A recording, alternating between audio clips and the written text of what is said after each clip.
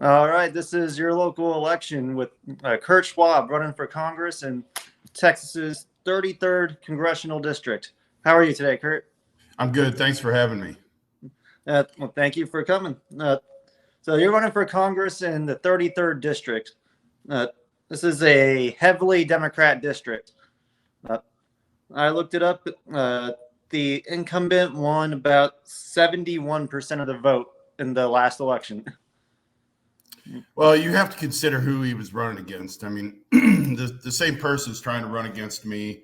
No experience. He considers himself a sovereign citizen, but I don't even want to waste my time talking about him. What I do want to talk about is the people of District 33 and what I can bring to the district so we can move to the future. Right now, Mark Vesey, the incumbent, has been in there since 2012, and he's going for his seventh term, and we haven't seen any change. So what I want to work on healthcare, education, and border. But along with those three, I also want to work on bringing technology, infrastructure, and industry. And with those three, hopefully we can bring more capital to the area. Yeah. And I looked up the district. Your district is pretty heavily Hispanic majority as well. So there has been a trend in Hispanics shifting to the Republican Party lately, but it didn't seem like it made too much of a difference in 2022. And so how do you plan to bring the Hispanics onto your side this year? I think it's a matter of communication. I know everybody's worried about immigration. You have folks that have been here for a long time illegally. I think we need to set a year on when to stop the process, and anybody prior to that, give them the opportunity to register and let them move on with their lives as long as they're being productive in the community. We need these people. They may not think that, but if you think about it, I mean, they're the ones that do our lawn care, house cleaning, housekeepers at hotels. We need these folks. And as long as they're being productive in society, I say we just register them and let them move forward. Yeah. I mean, if someone's here legally, that's no problem. But illegal, that's when it turns into a whole separate thing. Well, nowadays with the illegal, yes. But even in the past, we have millions of those folks that have been here illegally, but they're still doing productive work for the community. We have fields, and everything else that I just named. So I think if we put a date and then look at the people that have come in prior to that date, we register them and then let them continue on and not worry about them. But anything after that date up until the current situation, it needs to be handled. I know in Terrell County, the Sheriff Cleveland down there is working really hard. They're catching groups of illegals that are crossing the Rio Grande at night. They're processing them, and then they're returning them back across the border. Yeah. Yeah, it's certainly been an issue going on for a long time. There's no doubt about that. But so I want to go back around. You said healthcare and technology are also other priorities you have for the campaign. Right. The healthcare portion, I've been in this district for about 10 years. And over the last few months, I have been in parts of Dallas that I never even knew existed and probably wouldn't want to be. But when you look at the people around, you come across stories that people are afraid to get health care because it's too expensive, or they have health care and they're afraid to get sick because they can't afford the medication. So what we want to do is we want to create a mobile medical clinic or clinics to go around to these low-income areas. That way everybody gets some sort of health care. But not recreating the program, because we want to integrate that with services already being provided at some point with the Health and Human Services Department. And then also, depending how we put it together, we also want to include the Texas State Guard medical folks, because they have to train constantly to keep up with things. So it would be a win-win-win for everybody. Yeah, there's no doubt that there's lots of issues in the healthcare arena that should be fixed nationwide, not just in any specific area.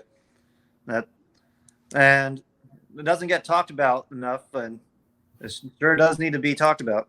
Right.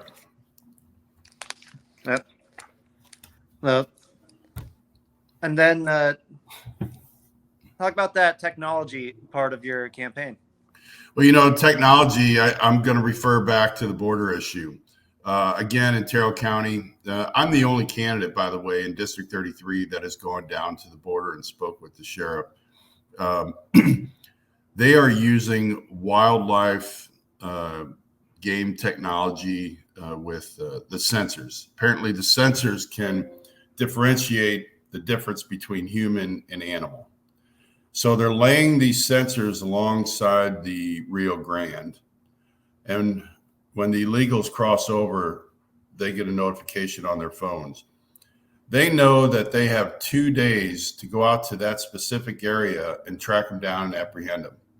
It takes 2 days from the Rio Grande to walk to a main road. That's unacceptable. They need air support. They need more manning. They need more funding. They need more technology, better technology than using wild game sensors. So, we're not hunting down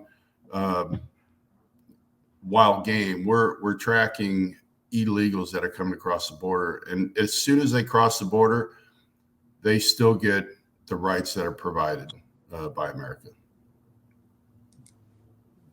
Yeah. So the technology is just to support the immigration. No, obviously we need technology for our first responders as well. I know they're trying to get updated technology all the time, but we need to be solid. We can't wait for stuff. We can't wait for budget. We can't wait for people to vote on things. If we're able to bring the infrastructure and the industry, that's going to help create capital to where we can almost sustain ourselves and develop technology, or be able to afford the technology that's out there on our own instead of waiting for a budget to be passed. Yeah. Is there anything else that you would like people to know about your campaign? Yeah, Andrew, we're pushing really hard. I'm first on the ticket in Tarrant County. Tarrant County is great. The people are great. They're ready for change. I've come across two things that I don't care what color you are, and I don't care what political side you're on. People are ready for two things. They're ready for change, and they're ready for to move forward and be heard. I just can't say that enough. We need change. We need to move forward. This country, the way it is now, it's a shambles. I don't know if you heard, but the Biden administration just announced that they want to cut 18% of the Joint Strike Fighter, the F-35 budget. And if they do that, that's going to devastate North Texas. The F-35 program is an immense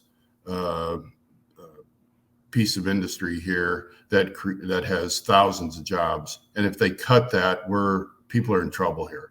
The incumbent, Mark Vesey, has been saying he's looking forward to reviewing the budget. I wouldn't be saying that. I would be up front yelling and banging on the door. Why are we cutting? I'm fighting to keep that 18%, no matter what the budget says. Somehow or some way, we need to keep that 18%. Yeah. It's always tricky when it comes to military. You never want to cut the budget in a bad way, because that could really hurt anybody too. Well, if you look at the border crisis, imagine if we keep cutting the military budget. Our country is already insecure. Yeah. Unsecure, not insecure, unsecure. I'm not trying to argue insecure neither. Well, that could be true. That's right. But yep. So just one final question. What inspired you to run for Congress?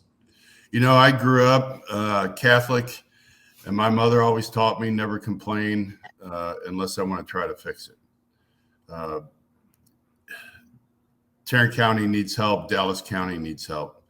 And I want to try to be a part of that problem solver. I may not have all the right answers. I may have some wrong answers as well, but at least we're out there trying. And I think the people appreciate that.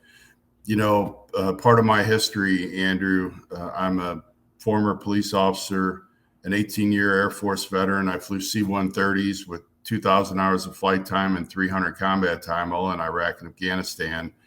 I've been assistant director for the USO at St. Louis Lambert Airport and the director for the USO out at Fort Leonard Wood in Missouri.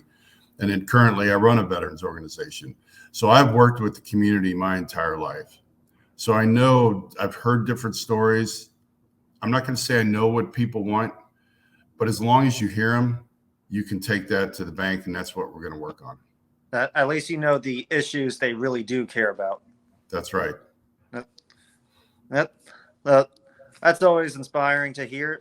Whenever someone says, basically, that if they don't see anyone else doing it, they got to step up. You want something done, you got to do it yourself. Correct. Yep. And I'm looking forward to it. We know we're going to win the primary. Once we get past the primary, we have so many people from here in the state of Texas to DC watching this district. We have a chance of making history, and not that I want to be part of the history books, but it's time that Mark Vesey gets out of there. I can't tell you how many Democrats are coming to me and telling me that he is a bad person. So, he may be posting on Facebook, but if you look at his Facebook page, he's racist. He's posting pictures with his union buddies, but he's not saying anything about the district or the people in it and what they need or what he's going to try to do. And that's all we've done, including being compassionate with some of the events that have happened over the last couple of weeks. Like, for instance, the shooting in Minnesota yesterday, we're posting about that, offering our thoughts and prayers. The Fort Worth Fire Department in an accident, rolling their fire truck. We posted about that. The 5 Marines that were killed in the helicopter crash, or the 2 Navy SEALs that were lost at sea. There's nothing on his page about that. So he is not compassionate about the people or the district. So how can you be a leader to a district that you don't care about, basically? Yeah, no, I completely agree. That's what I've heard talking to candidates across the country running against incumbent Democrats. People just need a change. Right. And it's time we do that. Yeah. Well, that's all I had for you. So thank you for joining me, and I wish you good luck on this election. Andrew, thanks for having me. And I just want to tell your voters, Kurt Schwab, the number 4 Congress.com is my website. Would love to have your support, even if you live out of the state. I've got people supporting me from Washington State to Missouri to Florida, U.S. Virgin Islands, and Connecticut. So we're doing something right, and we could sure use your viewers' support to make this happen. It's not about just the district, because what you have to tell people is just because you're representing a district, but when you get to Washington, D.C. and you go to vote, you're not voting for your district, you're voting for the entire country. And people don't realize that until you tell them. So, what the hell? Vote for Kurt Schwab in Texas District 33. Yep. All right. Good luck on the campaign, and I hope to see you win in November. Thanks so much, Andrew. Have a good day. You too. Thank you. Bye-bye.